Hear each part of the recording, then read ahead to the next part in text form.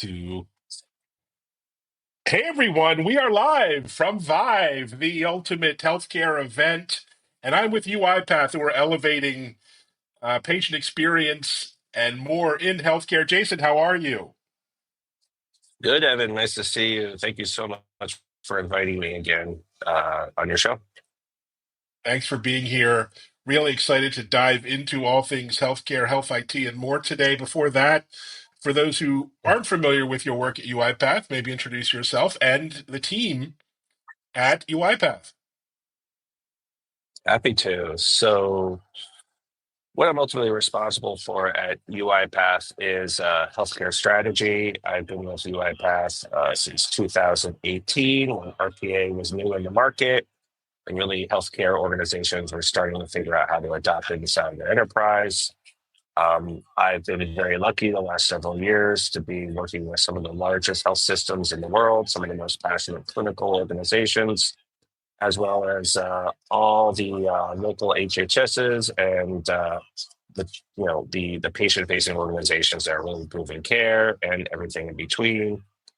And from the larger team here that's at Vive, really representing the best of our healthcare organization, from the people that deliver, the best innovation to healthcare businesses that I've ever seen, and some of our most innovative healthcare engineers who are building really interesting solutions with their healthcare customers today. A wonderful and important message, and so many challenges in healthcare these days. So, where do you start? How do you begin to help healthcare organizations address the current challenges that you're seeing from the UiPath point of view? So what's interesting is, I would say a few years ago, they didn't know what the challenges were. There's just a lot of problems, right? Could be cost issues, could be staffing issues, patient data issues. They all still exist one way or another. I'd say right now, when we talk to new organizations that want to get into the automation AI world, they're pretty well determined in what they're trying to improve. They're trying to improve costs that they're bearing on the health system, especially in back offices as claims start to improve, or the large number of clinical denials happen. They're trying to improve their interoperability between the health plans as much as possible. We're trying to bring in more revenue streams with areas like clinical trials and reduce the administrative burden due to that. And then, of course, the clinical workflows and everything that's being done from the moment you set up an appointment or a referral is sent all the way down to the access of your insurance and your appointment. That whole hospital of the future workflow is what they're focused on. And they're pretty sure what those deterministic points are that they need to improve to achieve that vision. Fantastic. And there's such a big push to reduce administrative burden in hospitals in particular. How could you help, whether it's from an RPA standpoint or an agentic AI standpoint? What's the big idea there? Yeah, it's a great point, and something that we're talking a lot about here. Automation has been around for a while. We've talked about automation a few times. Normally, you see it in the revenue cycle management department, the back office, supply chain, finance, and then starting to creep into some of the clinical administrative workflows. I would say that's early years of RPA. It's still very vital. I call it practical AI, and it's still required everywhere. I mean, no matter how innovative the health system, there's still a need for practical AI, and it's still an ongoing conversation. Half the conversations I had yesterday, they're like, "I want to use AI for this," and really what they're talking about is automation. So there's still a lot to be done. And then you get into this other area that is intelligent document processing, something we've really mastered. That's where you start to experiment with AI. Can I use AI and automation together to take all those documents that I really don't want to have anymore, that I can't get through API or a FHIR standard, turn it into a digital asset that I can manage as fast as possible, especially as you're starting to go into these large AI programs. And that's a big opportunity and something we were really positioning well yesterday. We were on stage with Dr. Varga from Mayo. They've been using our intelligent automation program to really automate all the intake of referrals. for their patients with real large success. And, and this isn't even before you start to get into the agentic world, which is the new stuff, right? It's what everyone's talking about is building agents, building agents, building agents. And really what we showcased yesterday, what we're showcasing here is now we can start going into areas that people have already automated, places where they've gotten maybe 50, 60, 70% efficiency, and they want to get that other 30%. And that other 30% is human interaction.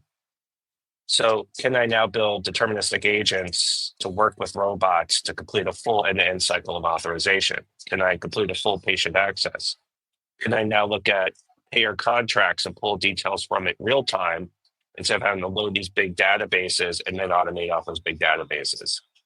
So really, the advancements of AI have really brought down that barrier of entry into obtaining AI outcomes, like originally UiPath did for RPA. It democratizes it, lowers the barrier of entry, and now we can have more complete workflows in the hospital system, especially in places like point of care, where we have people that are maybe not clinical in nature interacting with a patient, and they need to have answers, they need to have knowledge, they need to surface information quickly.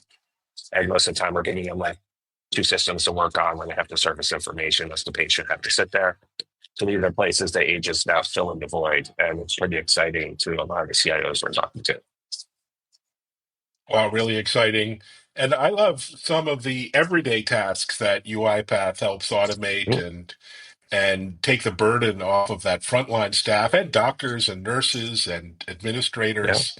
Any new anecdotes on how you're helping relieve that real stress and burden and burnout overload that so many practitioners are facing right now? Yeah, we still see those types of use cases on a daily basis. I mean, we're seeing administrative burden being reduced in areas around clinical and workload baskets or in baskets, especially with EMRs. EMRs have advanced considerably in the last 1 or 2 years. So we're seeing really more of a collaboration of these technologies now. And it's how can I take a workflow or a filter or an AI filter in an EMR and then apply automation to reach out of that EMR and then automate a backend process like patient outreach or patient scheduling or messaging into, a lot of people use MyCharts for apps. So it's the not how can UiPath be used for the whole end to end. We use the EMR's functionality for the first 60%. UiPath does the 40%. And then we get this beautiful patient experience. So we're seeing that considerably in the healthcare space right now. That's been really fantastic. And there's some unlikely heroes out there. We have scaled a lot around test automation. Test automation has been a big opportunity for us. You wouldn't think test automation improves the provider and the clinician experience, but it does when the system's down a few hours a day. It does when they push a work order and the order doesn't go anywhere and gets stuck in API land. Testing ensures that the lights stay on and that it's business as usual and we can take care of our patients as expected using the EMR, which is the lifeblood of a patient's journey inside a health system. So we've been doing a lot around automation testing and making sure these EMRs and the services and applications around them are running to max capacity with no surprises. Fantastic. And tell us more about your customers. I know you work with some of the biggest blue chip names in healthcare, but can you also help smaller, mid-sized clinics or practices kind of streamline operations? So what's interesting is I would say that automation has been difficult for smaller organizations, not because of the software, not because of the cost. It's because of the focus and the culture of the business. It's hard to pull people together and implement a new software, right? It's a cultural shift. It's a cultural change. Everyone wants to be innovative, and they should spend that time to be innovative. It's just finding the time, the effort, and everyone has all these programs that they're doing that could conflict with a large scale automation program. So really, the smaller organizations tend to shy away from it. But with the advent of now intelligent document processing, we've been working with a lot of acute care organizations, ambulatory clinics that are looking at how can I take all this documentation from very documented paper based and then automate it as quick as possible.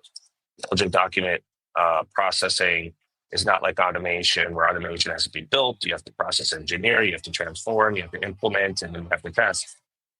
Document automation, I take a document, I train it with an AI quickly, and then I can put automation to it and pretty much put in production almost immediately and get the return almost immediately. And the volumes are massive, right? Again, with Dr. Barger from Mayo yesterday, automating referrals, the intake of referrals. They were spending 3 days in one of their offshore clinics. I'm sorry, onshore clinics, but one of their offshoot clinics that handle one of their specialty divisions, and it's all paper. When you're waiting to get an appointment with Mayo Clinic, you normally are sick already. It's a tertiary, so to send a referral, you want to see an answer back right away if you could get an appointment and be seen to start your care. And it was taking an average of 3 to 4 days because that's how long it took to get through that documentation. It was a small team. That automation was unobtainable. It was really difficult. It was fine inside Mayo proper, but some of the smaller hospitals, it's a struggle. So they adopted this intelligent automation, and they stood up the process within a few months, and they reduced that 3 days to 1 day, and people were getting appointments same day. So you can imagine, as a patient who is chronically ill and you want to see a specialist at the top of their charter, and you send a referral to your primary care physician, and now you're on pins and needles waiting 4 or 5 days to get an answer if you can be seen. Being told same day if you can be seen with an appointment is a big difference. And that's really where we've seen the movement, because we're now seeing this with smaller clinics. And now that agents are coming about, which agents are a deterministic way of telling large language models where to go and how to operate, we're going to see even more application into the smaller healthcare organizations that are pretty desperate for innovation now.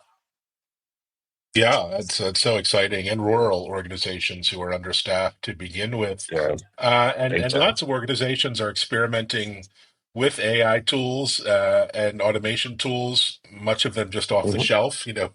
You see physicians using ChatGPT.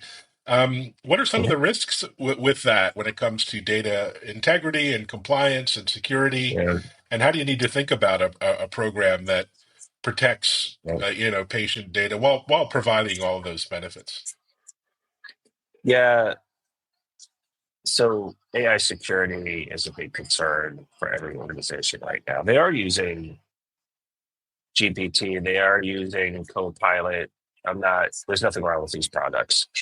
They're designed mainly for consumer interaction, which Mm, is why this new form of AI has really grown, is because they didn't start business first, they started consumer first, right? The iPhone wasn't sold to businesses and given to consumers. It was a consumer product. Now business people use it. So when you go consumer route, the product grows into the business route. So business leaders are now saying, how do I take this product that was designed for consumers and make it a business application? And it's going to be around data, right? When you use these consumer-based products to do business-based products, the problem is that you're feeding it data that is potentially confidential. It's going into a public space. You could be giving it, incorrect prompts and getting outcomes back that don't necessarily produce what you're looking for. I'm not talking mm, about, hey, I want to create a better lecture. I want to create a better document.